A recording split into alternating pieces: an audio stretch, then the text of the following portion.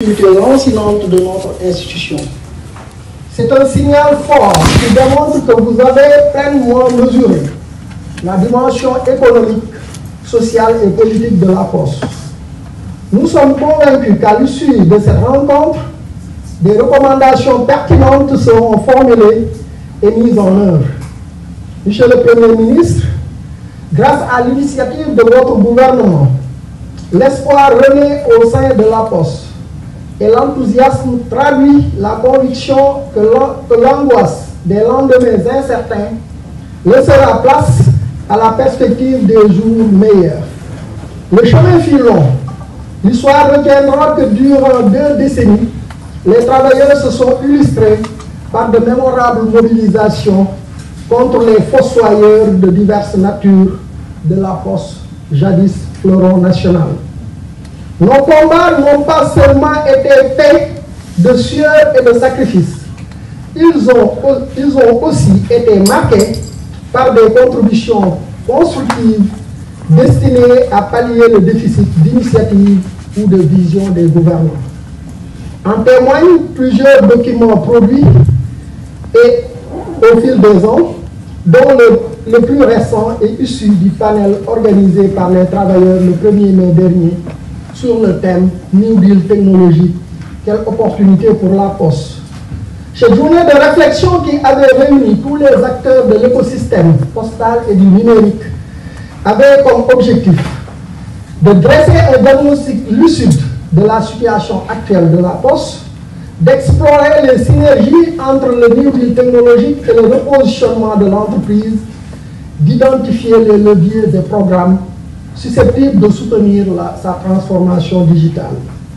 Aujourd'hui, plus que jamais, Monsieur le Premier ministre, nous sommes convaincus que la Poste peut redevenir un pilier incontournable de l'inclusion sociale, financière et numérique au travers d'un service public moderne, accessible et digital, capable de répondre aux défis économiques, sociaux et environnementaux.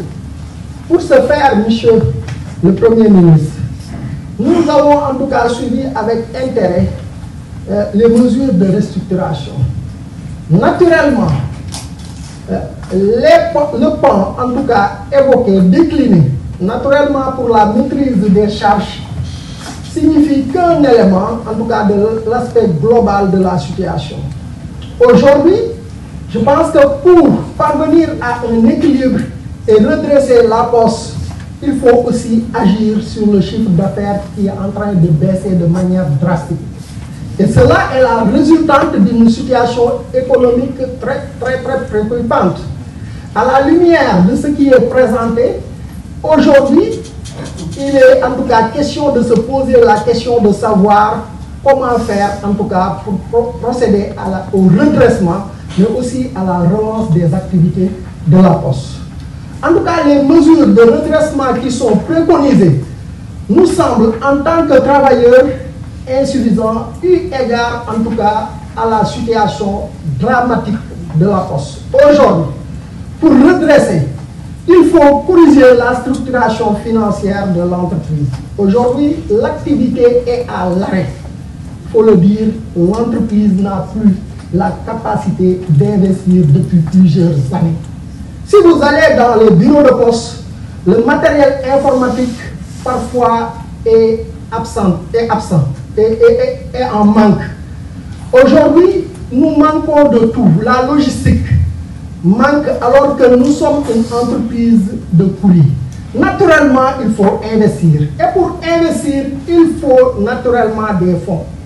Je pense que pour cela, nous pensons qu'une dotation d'un fonds minimal de relance garantissant le fonctionnement des activités est nécessaire. Et à moyen terme aussi, il faudrait en tout cas solder ou bien apurer les dettes sociales. On a parlé des dettes fiscales en occultant les dettes sociales qui sont à hauteur d'environ 2 milliards. Et cela, en tout cas, appelle en tout cas notre responsabilité en tant que représentants des travailleurs. Depuis, en tout cas, plusieurs années, nos 2 filiales depuis plusieurs années, la filiale EMS ne cotise plus pour l'IPRES, ni pour la Caisse de sécurité sociale, encore moins pour notre institution de prévoyance maladie. Depuis, en tout cas, presque un semestre, la filiale Poste Finance ne cotise plus pour ces institutions. Et en 2022, il y a en tout cas une partie de l'année où la maison mère n'a pas cotisé pour ces institutions. Et vous savez ce que représente en tout cas ces cotisations pour les travailleurs. Ça impacte leur retraite. Il faudrait en tout cas à ce niveau corriger cela. À moyen terme, il faut en tout cas la création d'un fonds spécial d'investissement indispensable pour renouveler les infrastructures productives. Il ne faudrait pas qu'on se voile la face. Si aujourd'hui, l'entreprise peine à avoir des acheminements corrects du courrier, par défaut ou bien par manque de carburant, voyez en tout cas la situation où on en est. Je pense qu'il y a une vision qui est déclinée avec des projets porteurs qui ont besoin en tout cas de financement. Si on veut régler le problème global de l'entreprise, il faudrait en tout cas une gouvernance avisée, transparente, agile, pour rassurer les clients et les partenaires et recouvrer ainsi leur confiance. Et cela passe par l'accompagnement de l'État. Et il faudrait envisager cela. La mise en place du Fonds de développement du service universel postal FD-Sud, contenu dans le Code des postes à son article 12. Mais aussi la mutation, le DG l'a dit, j'en passe, mais la mise en place effective du plan de restructuration défini par le sous-comité interministériel institué à cette effet. Monsieur le Premier ministre, il est aussi important pour accompagner cette volonté de transformation digitale de la Poste, mettre en place un plan de formation ambitieux pour favoriser le développement des compétences des travailleurs, mais par rapport aux nouveaux métiers postaux, mais mettre aussi en place un bon système de rémunération qui puisse attirer des talents et les conserver. On a parlé du plan social. Il faudrait qu'on y revienne. Vous savez que les syndicats œuvrent pour le plein emploi. Nous œuvrons pour le plein emploi en ce sens que si, en tout cas, un travailleur a son emploi, il faut tout faire pour le préserver. Mais à la Poste, il s'est trouvé pendant plusieurs années un recrutement massif qui n'a pas, en tout cas, obéi à des normes. Cela a foncièrement, en tout cas, déstructuré le personnel de la Poste. Naturellement, au-delà de la réduction de la masse salariale, il y a besoin de redimensionner les effectifs par rapport au niveau de l'activité actuelle. Mais aussi assainir l'environnement de travail. Il y a eu des profils qui ne répondent pas vraiment à l'emploi. C'est pourquoi nous y sommes en tout cas souscrits. Et en ce sens, nous avons eu à négocier un plan de départ volontaire. L'État avait plusieurs options. Opter pour le licenciement pour motif économique ou purement un plan social. Mais est-ce que l'État devrait en tout cas transférer ou bien déplacer le problème de la Poste dans d'autres en tout cas situations où il en a la responsabilité? Ceux-là qui vont en tout cas perdre leur travail au niveau de la Poste vont retrouver le lot des chômeurs si véritablement ce n'est pas encadré, d'où l'option du plan de départ négocié.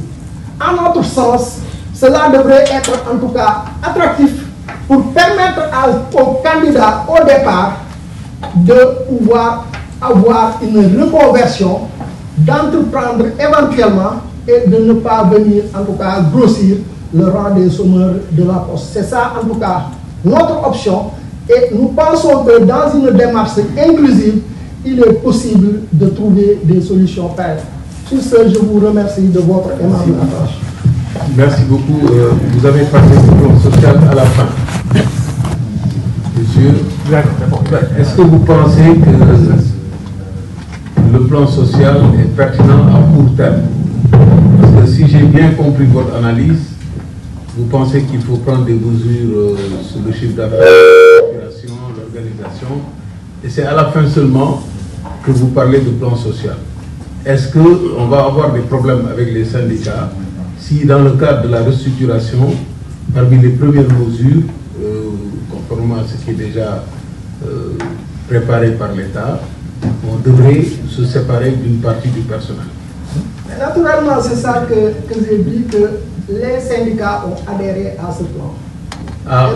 Pour la circonstance, à court terme, il y a une convention qui a été déjà signée, voilà, qui a été déjà signée, validée dans les différentes instances de décision de la Poste, au niveau du conseil d'administration, du sous-comité interministériel de restructuration de la Poste, et les ministères de tutelle ont été en tout cas informés.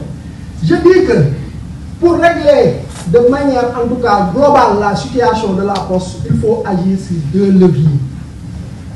La maîtrise des charges à travers cette masse salariale qui est devenue un fardeau, mais aussi agir sur le chiffre d'affaires. Parce que même si on diminue l'effectif de moitié et que le chiffre d'affaires tend vers zéro, on n'arrivera pas à un résultat en tout cas escompté. C'est pourquoi j'ai dit que pour agir sur le chiffre d'affaires, on a besoin en tout cas d'investissement. Parce qu'une entreprise qui est en tout cas décrite de cette sorte, avec en tout cas une situation économique pareille, n'a pas la possibilité d'investir. Et si on n'investit pas, on ne produit pas. D'où la nécessité de l'accompagnement de l'État. Et je ne vois pas une partie où il est dédié. Et le Premier ministre l'a dit à l'occasion des conseils interministériels qu'il sera institué un fonds de relance des entreprises en difficulté. Et au niveau de la Poste, nous ne voyons pas en tout cas ce volet qui est en tout cas prévu. Sinon, en tout cas, on n'aura pas les résultats escomptés. Ok. On reviendra sur l'analyse de la situation de la Poste.